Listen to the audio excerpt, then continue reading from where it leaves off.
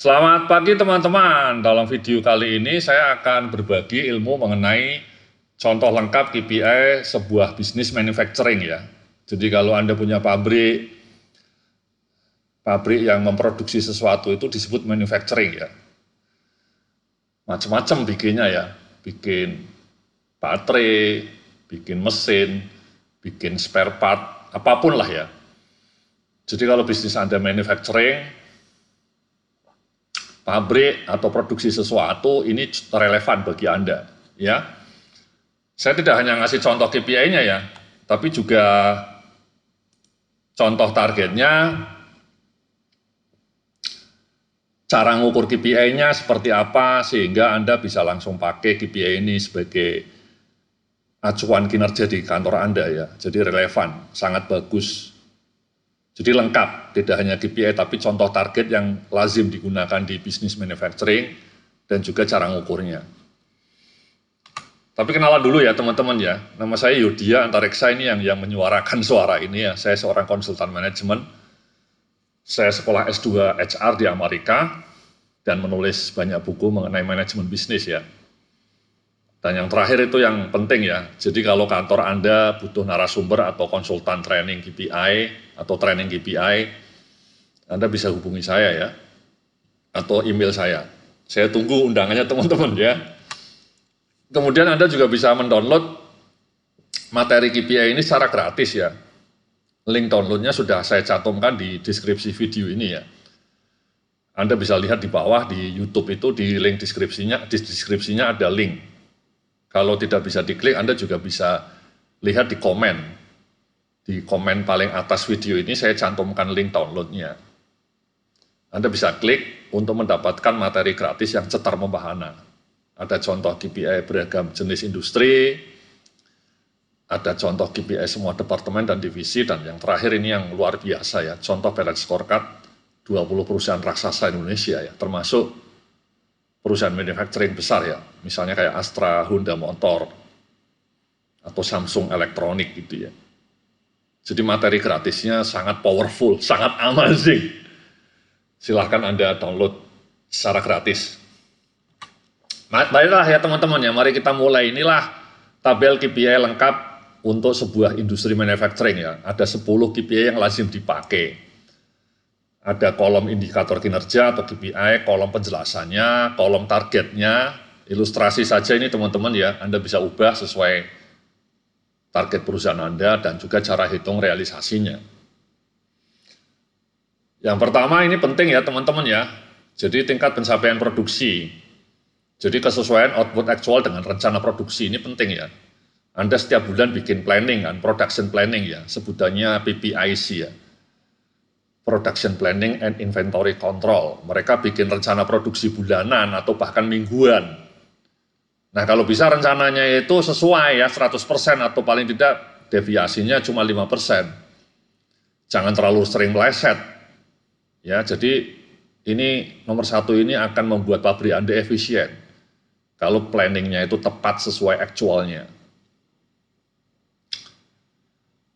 Yang kedua, ini ngitung mesin ya, overall equipment effectiveness ini lazim dipakai di sebuah pabrik ya. Jadi Anda ngukur mesin dari ketersediaan mesinnya, kinerjanya, kualitinya ya. Anda ukur semua. Anda bagi jadi indeks namanya.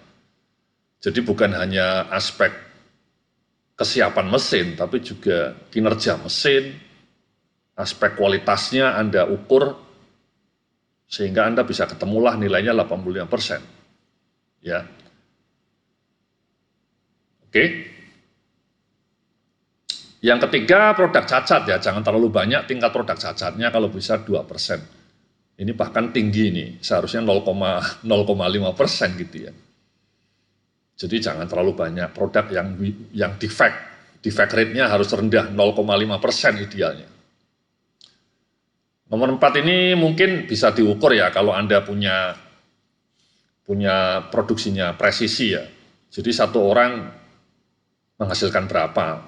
Cara ngitungnya total output, total jumlah barang yang diproduksi dibagi jumlah tenaga kerja. Contohnya 50 unit per orang per hari gitu ya. tergantung produksinya sih ya, tergantung produknya bisa 100, bisa 200, atau bahkan cuma 20 gitu ya. Yang penting cara hitungnya itu yang Anda harus tahu, ya total output dibagi jumlah tenaga kerja. Nomor 5 biayanya ya, jadi biaya produksi per unit. Jadi Anda cara ngitungnya total biaya produksi dibagi total unit produksi. Jadi biaya produksi ini mungkin tidak hanya bahan baku ya, ada bahan baku, biaya listrik, biaya energi solar kalau pakai solar, biaya tenaga kerjanya gitu ya. Jadi HPP lah ya, harga pokok produksinya ya. Jadi sekali lagi tidak hanya bahan baku, tapi semua aspek Anda hitung. Oke, targetnya sesuai standar biaya lah. Berapa rupiah per unit. Nomor 6 ini utilisasi ya, jadi mesinnya tiap bulan kalau bisa 85% jalan ya. Jangan dalam sebulan utilisasinya hanya 50% atau 60%, itu sangat tidak efisien. Nomor 6 ini mirip dengan nomor 2 sebenarnya ya, tapi nomor 2 itu tidak hanya ketersediaannya, tapi juga dilihat performanya, dilihat kualitas produk yang dihasilkan gitu ya, volumenya juga. Kalau nomor 2 Anda tidak bisa ngukurnya, mungkin cukup nomor 3 ya, cukup nomor 6 ya. Jadi nomor 6 ini simple aja, variabelnya 1, berapa persen mesin digunakan dalam sebulan. Anda bisa hitung.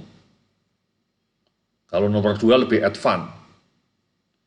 Nomor 7 ini juga harus dihitung ya, downtime ini bagian maintenance ya. Jangan mesinnya rusak lebih dari 20 jam per bulan misalnya ya. Semua mesin gitu ya, ini mungkin semua mesin gitu ya. Syukur-syukur hanya 10 jam per bulan. Cara ngitungnya akumulasi downtime mesin. Ya. Kemudian nomor 8, ini penting juga ini gabungan antara orang produksi dengan orang gudang, orang delivery ya. Jadi setelah barangnya dibikin harus dikirimkan tepat waktu, on time delivery-nya. Tergantung ketepatan waktu produksinya ini. Kalau nomor satunya, KPI nomor satunya meleset, ya nomor 8 meleset juga. Ya, delivery-nya juga harus satset. Kalau bisa 98% tepat waktu. Nomor 9 inventory ini teman-teman ya. Jadi inventory-nya juga jangan terlalu banyak. Kalau Anda terlalu banyak beli inventory, numpuk di gudang itu kan jadi biaya. Jadi stoknya juga jangan terlalu overproduction ya, kalau overproduksi bahaya juga. Demand-nya hanya 1000, Anda produksinya 2000. Jadi yang 1000-nya numpuk di gudang, nggak laku-laku, itu juga boros. Jadi nomor 9 ini baik bahan baku ataupun bahan jadinya, barang jadinya harus jangan terlalu berlebih. Idealnya 10% ya. Jadi dalam sebulan kebutuhan pasarnya misalnya 1000 Anda bikinnya 1100, 1200 lah ya. Jangan sampai 1500. Oke. Kemudian nomor 10, kecelakaan kerja. Ini nggak boleh ada accident ya, zero accident kalau bisa ya. Anda lacak tiap bulan. Jadi itulah teman-teman ya, 10 KPI yang lazim dipakai oleh orang-orang manufacturing ya, orang-orang produksi ya. Ini semua bagus, sangat relevan, tolong Anda bisa pakai, kemudian setelah targetnya dicantumkan, Anda lacak realisasinya tiap bulan kalau bisa ya. Bulan Januari, Februari, Maret, April, dan seterusnya sampai Desember dilacak. Nomor 1 pencapaiannya berapa, nomor 3 berapa, nomor 6 berapa, nomor 7 berapa, dilacak teman-teman ya. Itu yang akan bikin KPI menjadi hidup. Yang penting itu dokumentasi realisasinya teman-teman. Ya, jadi nanti trennya ketahuan. Ya, jadi sekali lagi tolong ini bisa Anda adopsi, Anda pantau tiap bulan dengan tertib, dengan disiplin. Oke. Mudah-mudahan kinerja Anda menjadi cetar wahana ya. Salam sukses, penuh keberkahan.